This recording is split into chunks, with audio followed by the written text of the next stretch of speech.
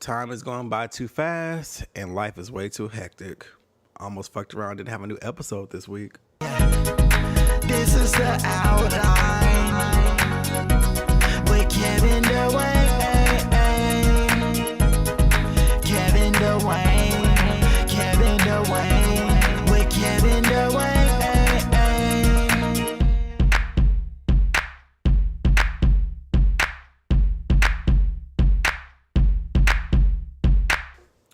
What's up, you guys? Happy Wednesday. Thank you so much for tuning in to another episode of The Outline with Kevin Dwayne. Remember, you can listen to this on Stitcher, Google Play Music, iTunes, SoundCloud. Make sure you're subscribing, rating, and all that good stuff.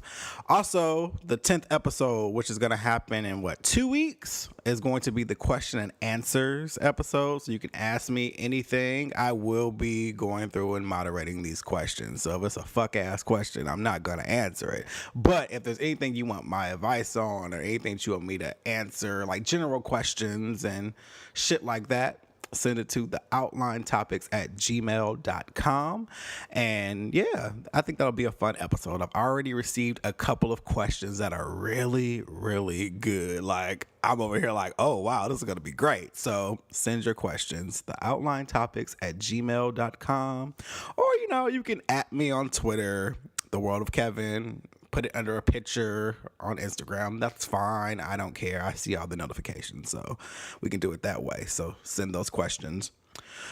God, life is so damn busy right now, you guys. Like, I don't know if it's the fourth quarter shit because it's September, but I don't need it.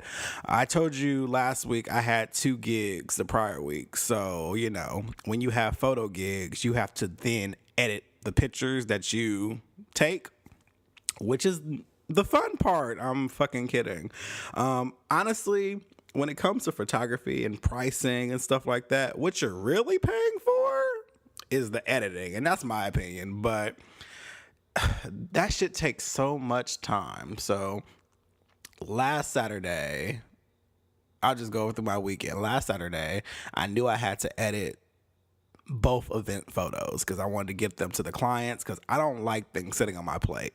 Typically in contracts, what I'll do is I'll give myself 2 weeks to a month depending on the type of event, and that's solely to set expectations and to also protect myself because I also have a 9 to 5. I don't just do photography, so I can't say, oh, I'll have this to you, immediately. No, fuck that. I need time to get things done. So I give myself 2 weeks to a month in the contract. So they know what's going on. So that way they're not bugging me. But yet people still email you. I'm like, hey, I was wondering, when are those pictures going to come back? Can I get a preview? Can you send me a sneak peek? We're just really excited. And I get that shit. I get it. If you have a fun event, you want to see the stuff. But don't sit here and pretend like your ass wasn't taking selfies and taking pictures every 5 goddamn minutes. I seen you. Don't act like you don't have anything. It's already on Facebook, girl. But I get what you're saying. So I set the expectation, and then I try to, it's called overpromise, underpromise, overdeliver. That's an old marketing term and sales term. So I set a long ass expectation and then I deliver it way before. So typically within 2 weeks is when I like to get the pictures to people. That way it's like, oh my God, I didn't expect this, but I'm so happy. It just works better that way. So I decided to spend Saturday editing photos. So I went to Stone Mountain first, and I went with Ready Set Great, which is this new fitness group in Atlanta that you should check out if you're in Atlanta. They have all these different fitness opportunities. They go running, they do hikes, they do stair climbing and yoga, and it's a really cool group. So check out Ready Set Great on Instagram and on Facebook. So I went out on Saturday morning to Stone Mountain to hike the mountain, and I'm glad I went. It was a good social experience. Got to work out. And also, I finally got a annual pass for their parking. If you're in Atlanta, you know that Stone Mountain parking is like $15 per visit. And that keeps a lot of people from going, especially me. I'm like, I like Stone Mountain, but I'm like, I don't want to pay for that parking. Like, paying for parking seems like the biggest waste of money next to paying a cover to go into a club. Like, real talk. It's like, why am I paying this just to put my car in a fucking pair of white lines? It doesn't make sense. So I was like, I didn't want to do it, but I really wanted to go hiking and get a workout in on Saturday. So I was like, fuck it, I'll go. And apparently you can park outside of the park on a different exit, but I don't know that area well enough. I always get off at the exit of the freeway that takes you right into the little pay box. But there's another side that you have to access from the back way, which someone told me how to get to it. I'm like, okay, now I know. And you can park outside the gate and just walk in. It's like half a mile, which is cool. So, that's cute. But I noticed that the annual parking pass was only $40. And I was like, actually, that's a good ass deal. And that will make me go to Stone Mountain more. So I was like, go ahead and give me that good old $40 pass for the year. Cause I'm like, that's just 2.5 visits. And I don't even know how the fuck you do a half visit, but that's how much it would take to, to recomp what you paid for the parking pass. I'm like, yeah, I did that. And that was kind of exciting for me. I'm like, oh, I feel grown. I have a yearly parking pass at Stone Mountain. So I've already told like friends, like, hey, I have an annual pass, so let's go. And they're like, yes, because everyone I talk to is like, that's the only reason I haven't been yet, because I don't want to pay for parking. So you handled that. So, it's going to be a few times a month now, because hiking Stone Mountain is such a good workout. And there's other things you can do there. There's walking trails, you can ride bikes, and they have events. So I think it'll be a good look. So that was Saturday morning. And then after that, I spent about 10 hours on and off editing photos. Cause there were naps taking place, watching TV, listening to music, eating, but for the most part, my computer was open, Photoshop was active, and my mouse was moving. And it was about 10:30 p.m. when I finished the last set of pictures, and I sent both of them off to the clients. They were uploaded and sent off. And yeah, I was exhausted. And Sunday, I went to the park. I went to Piedmont Park because, it was Black Gay Pride in Atlanta, which is like, it's such a busy weekend because there's Dragon Con and there's like, I think it was like a big Braves game that was happening. So like 500,000 people flew and traveled into Atlanta. So I typically don't like to fuck with, the city on weekends like that, because it's already crowded regularly. So when you have that many people, it's just stupid. But I did like to go to the park because that was a terrible sentence. I do like to go to the park because it's a good time to go and see people that, online and stuff like that. I did meet some people from Instagram and just see the implants and be a part of the celebration without paying high ass covers to get into the clubs, because everything is escalated during these weekends. Like, I'm talking $30-$40 just to get into a club that you can go to regularly for free, or $5. But went to the park. It was cool. Reconnected with some old friends. It was a good time. I enjoyed it. Went to Henry's afterwards, had the best baked chicken ever. It was like a half chicken with mac and cheese. If you haven't been to Henry's, go to Henry's. It's off of Juniper and 10th. Oh my God. It's so fucking good. Like, the half chicken, it was baked, but it almost felt like it was fried, and every piece of it was just so damn good. And the mac and cheese, yeah, so that was Sunday, which brings us here. So this week, because you had the extra day of relaxation, I was just thrown off, like completely thrown off. And now here we are at Wednesday, and I'm like, what day is it? Because in my regular 9 to 5, my accounts have changed. So I'm lost right now. I'm so lost because I'm so busy with that. And then I had the photography thing and then the holiday. And so y'all almost didn't get an episode this week. Like, real talk. I was like, oh shit. Like, it's Wednesday. It's the day that the shit normally comes out. And don't get me wrong, I'm totally committed to this. I wouldn't go a week without giving you a show. I'm just saying the shit almost came out on Friday. It just wouldn't have been today. So yeah, that's where I'm at. But anywho, did you guys check out Atlanta last night? The show with Childish Gambino. I was torn because there were 3 shows I wanted to watch last night, and they all came on at 10 o'clock. There was Atlanta, which was on FX. There was Queen Sugar, which is the new show on OWN. And then there was Adam Ruins Everything, which comes on True TV. And I was like, okay, I don't have a DVR because I'm poor. Well, I'm not poor. I just don't want to fucking pay an extra $10 for that shit. Like, Xfinity charges you for every fucking thing. So I was just like, whatever. I'll just catch it on demand when it pops up on demand. So I decided to watch Atlanta, and it was 2 episodes that premiered last night. Everyone's been doing these really explosive premieres because Queen Sugar, they have a new episode coming on tonight as well. So one came on last night and one comes on tonight, Wednesday. So, you know, I got to catch up on that. Now with Atlanta, the show definitely felt like Atlanta from what I've experienced from, you know, the 4 years that I've been here. I don't know if my focus was elsewhere because, you know, I kind of watched with my phone in my hand and I was kind of like, you know, cupcaking on the phone, you know, doing all kind of shit while the show was playing. So I think I need to go back and watch it. But I personally wasn't connecting, and I don't know what it was. It was funny at times. It was funny. I don't know if I really connect with the storyline, the whole rap thing. But like I said, I'm going to watch it again. But on first watch, it was like, maybe I should have watched Queen Sugar instead and then watch this tomorrow. Like, I'm not clowning it by any means. I need to watch it again. But it wasn't connecting with me last night. But I did find elements funny.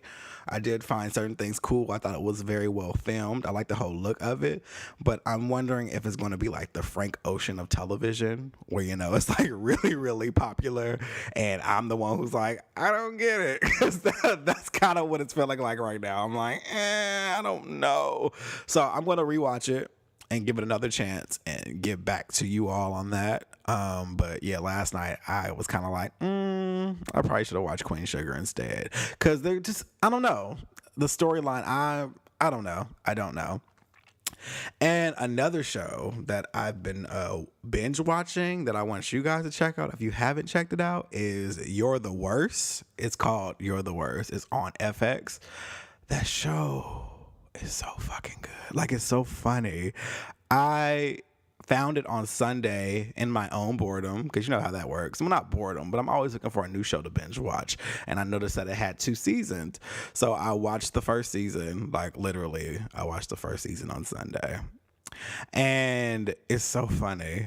It's so, like, it's very raunchy. It definitely takes it there. There's Beyonce references, but I really love that show. I love the concept. I love the characters. It's really funny. So it's called You're the Worst. If you haven't seen it, it's in the 2nd season, or it's probably in its 3rd, because they're like 2nd season, I think, just wrapped up.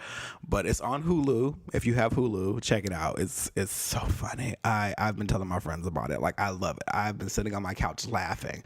And I think that's why I judged Atlanta with such a heavy criteria, because that show you can half watch and still laugh at it. It's still funny. Like, things, I could be in my kitchen making food and still be laughing at what's going on the television. And last night I felt like Atlanta, I just couldn't connect. So I'm gonna give Atlanta another chance. But You're the Worst is awesome. Check out You're the Worst.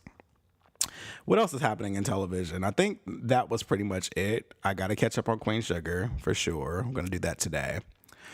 What else is going on? Lena Dunham, that bitch. All right, so Lena Dunham, you may or may not know her from the show Girl. She's the creator and the lead of that show. The show is already problematic because of its lack of people of color. Like, there's very few people of color in that show, and it's based in New York, and it makes you think, so your New York is all white? okay, girl, that doesn't make any sense.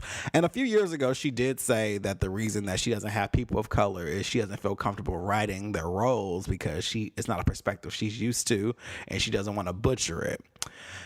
That's fine, but what I also think is these characters are supposedly fiction, so you could have easily just written a character, a human, and just casted a black person, but that's none of my business. Childish Gambino was on the show briefly as the token black guy. He was like the Republican guy, and it was an interesting character, and they were like fucking. And then there's been like another black character that she worked with at this magazine, and there's been a couple. But anyway, the show itself is already problematic in that sense. But she wrote this piece last week, and it was about her experience at the Met Gala. And she pretty much projected all of her privilege, insecurities, and bullshit onto Odell Beckham. Apparently, during dinner, they sat next to each other. I guess there was a seating chart or something. I mean, events do that. So they were seated near each other. And she pretty much made this whole thing up. Like, she made all these assumptions like on like who he was, and she said like, oh, I felt like he ignored me and he was in his phone, he thought I wasn't interesting, and this, that, and the other. And this motherfucker was just minding his black ass business. Like, how the fuck am I like, it's not my responsibility to strike a conversation with you, white bitch. It's just not. If you want to talk to me, say something. But because he didn't speak to her, because he didn't lay roses at her feet, she projected all of this insecurity. Well, maybe I was just too fat, or maybe you just didn't like the girl with the bow tie, or maybe this. And so she posted all this shit, and Black Twitter dragged her ass because it was like, girl, like, what the fuck is wrong with you? And of course, people keep bringing up the fact that, she molested her sister and admitted it in her book, but that has nothing to do with this situation, so I'm not gonna be that petty. But it's just, it was steeped in insecurity, it was steeped in projection, it was steeped in white privilege. And it was like, if you wanted to say something to him, you should just say something to him. Like, hey, how you doing? I like the way you play football. I don't know, like, I like your hair, is that cellophane? Like, strike a fucking conversation. Like, don't sit here and project all your shit because you're afraid and you're intimidated. And it just annoyed the fuck out of me. It annoyed a lot of people. So they dragged her, and then she apologized, and she was like, oh, I understand the over-sexualizing of black male bodies, and, this whole cooked up PR written apology. And it was only because she got dragged. Like, some people have kind of opened the fold for her, like, what, this wasn't that big a deal, and we should really listen to her. No, fuck that. You know what I'm tired of? I am so tired of the oppressed people caping for the motherfucking oppressors. Y'all kill me with that shit. Like, real talk. No, some shit is a big deal. Some shit does need to be checked, like, period. Like, fuck that. No, the apology came after the dragging. If she really was sorry about it, she wouldn't have said the shit, or she would have caught herself after she posted the shit. But no, she got a royal fucking dragging on Black Twitter, and then came back and was like, oh, okay, I may have fucked up. So, yeah, sorry about this. Yeah, Odell's cool. I didn't mean any harm by it. I thought it was a joke. People just don't understand my sense of humor. But yeah, no, girl, please stop, please stop getting naked on your show, please. Like, it's awkward, and that's not even fat shaming, it's just awkward at this point, because you just do it out of random. They're not even sex scenes. She's just literally like, I just want to be naked in this scene, and that's cool, I guess. But girl, like, it's like overdone at a point, when people are just literally just doing it to make it in your face. It's my show, so here's my titty. But whatever, I'm over Lena Dunham.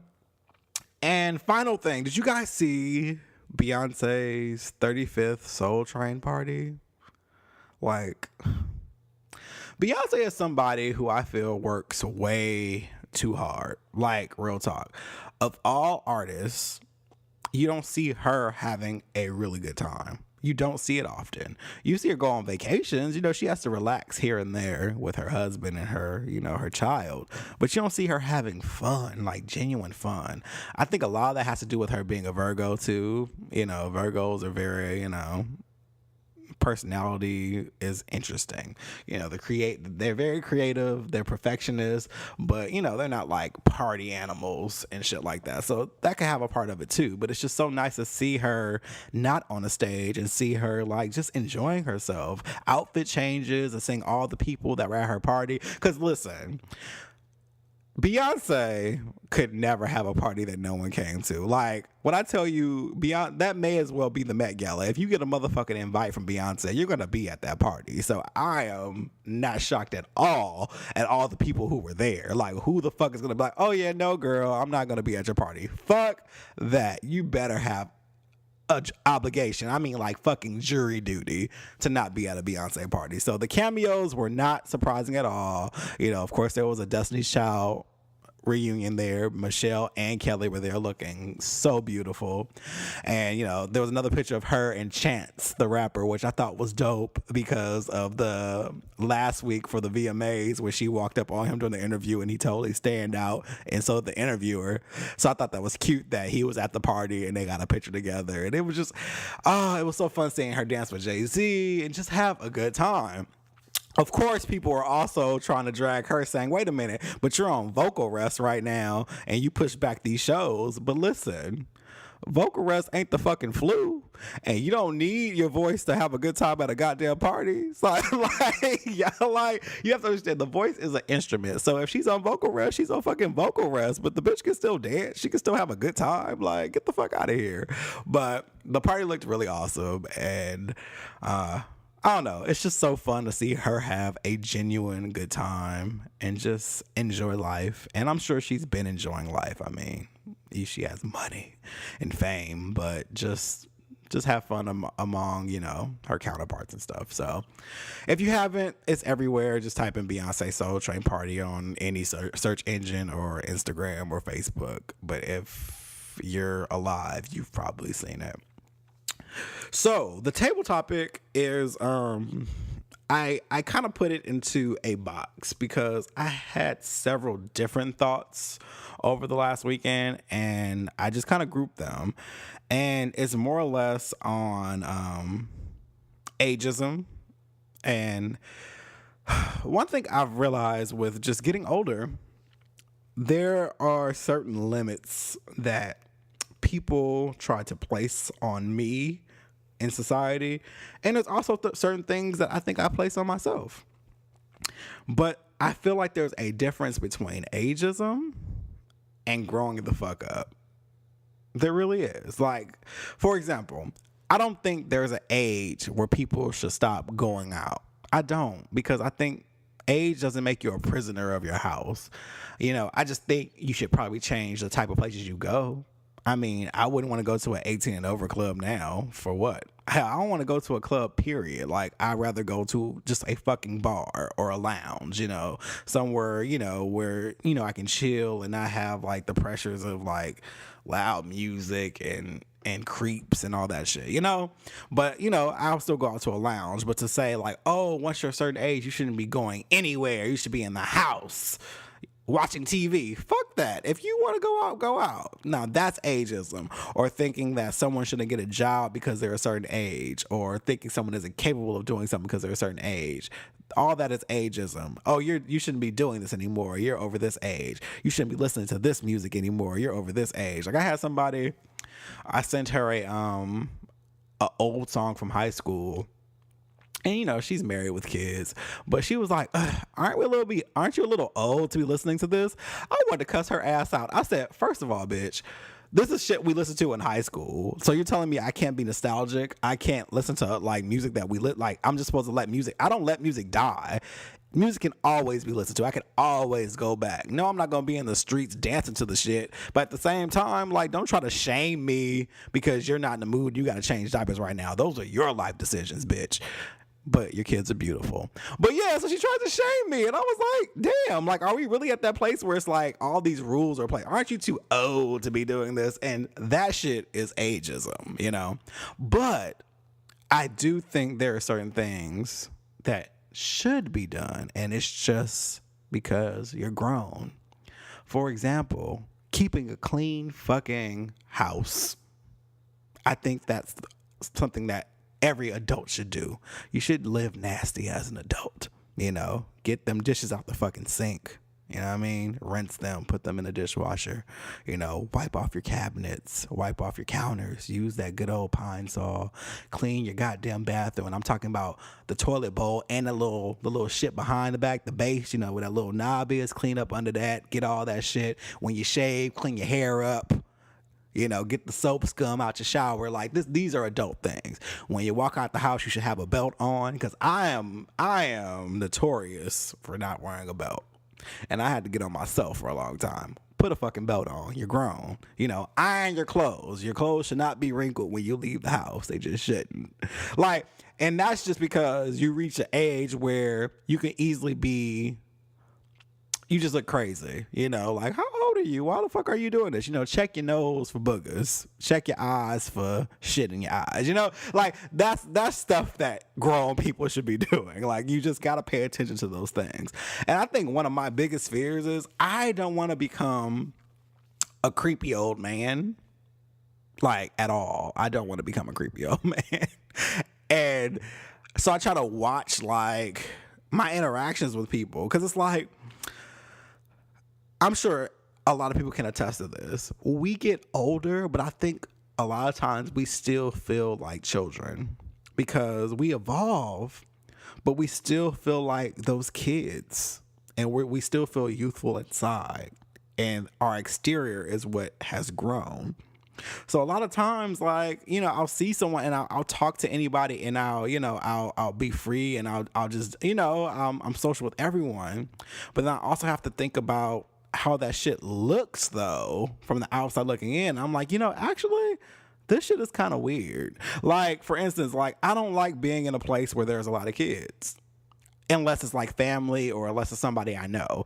For example, like someone I knew, for their birthday, they wanted to go to Sky Zone, and it was like a Saturday midday, and I'm like, there's a lot of fucking kids there at this time.